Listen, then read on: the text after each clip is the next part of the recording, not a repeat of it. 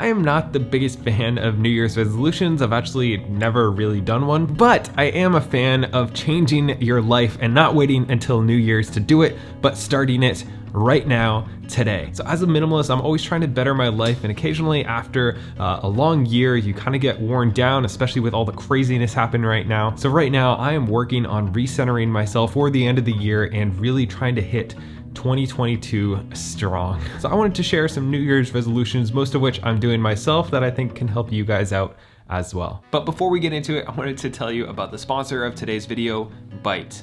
Byte offers at-home invisible aligners for a much more competitive price than I found with the other options I was looking into. I wanted to work on my smile for a while. I had braces when I was younger, and then I had a retainer, and the dog ate my retainer. And since then, my teeth have just been getting progressively worse, so I wanted to remedy that. With Byte, everything is done at your home. It's extremely easy to do. They send you a kit to get an imprint, and then you can just ship it back to them. It is very simple to do. And then they send you your at-home invisible aligner. I chose to go with the nighttime one so I can just have it in while I'm sleeping and not have to worry about it during the day, because I snack constantly, and having an aligner in all day and night seemed very frustrating to me. That was one of the things that was holding me back, but knowing that I can just do it at night has been really cool. Now, as you know, I am all about saving money, but I'm also into investing in yourself, and I think having a good smile is something that can boost your confidence. So if that's something you've been wanting to do for a while,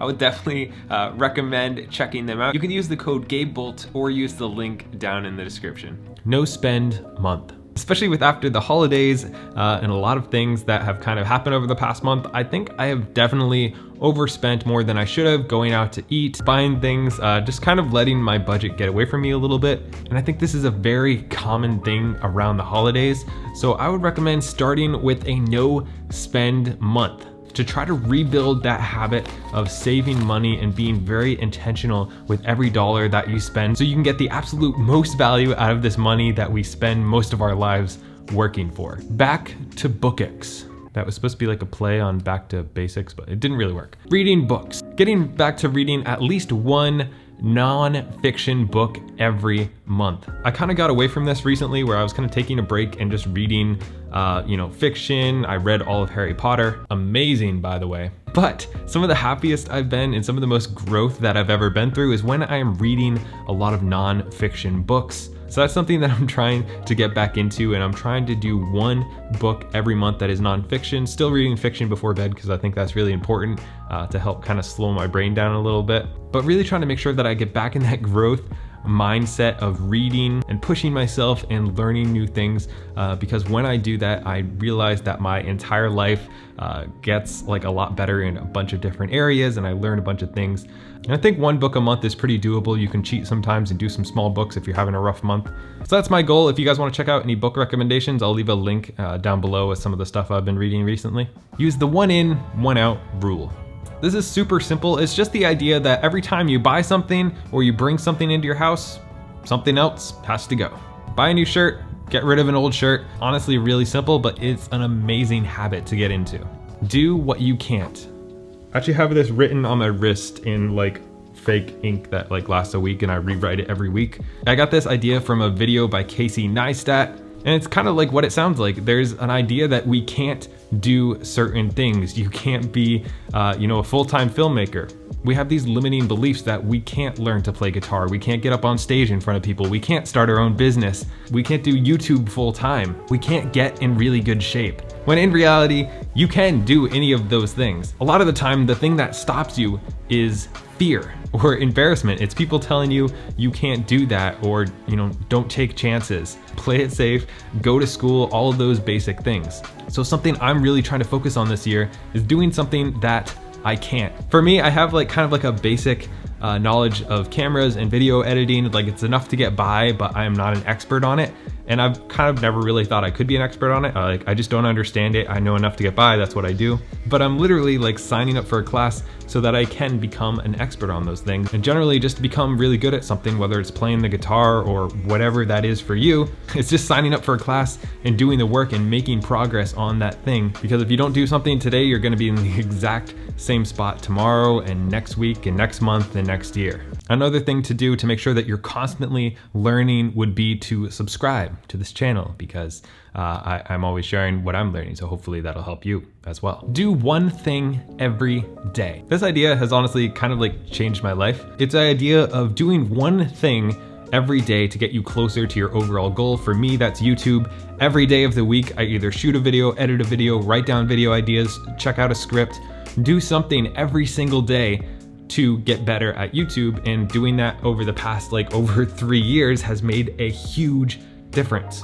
If you're trying to get in shape, maybe it's just walking inside the gym every single day, or doing one push-up in the morning, just starting exercising, doing something to get closer to your goal every single day. Whether that's decluttering, saving money, there's always something that you can do where if you do that one thing each day, then you will feel like your day was a success.